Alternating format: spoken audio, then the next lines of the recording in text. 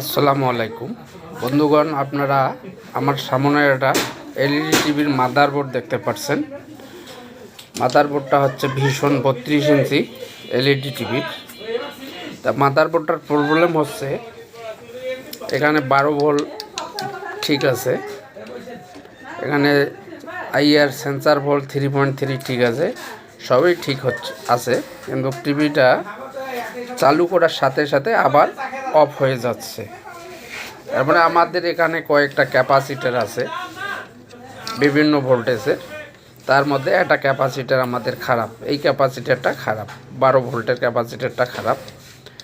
এই 12 ভোল্ট ক্যাপাসিটারটা খারাপের কারণে আমার ভোল্টেজটা কন্ট্রোলিং হচ্ছে না। এই ক্যাপাসিটারটা পাল্টে দিলে আমার ভোল্টেজটা কন্ট্রোল হবে।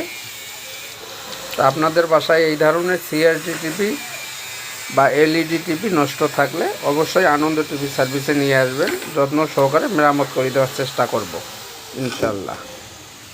সার্কিটের অপর ফিক্সটা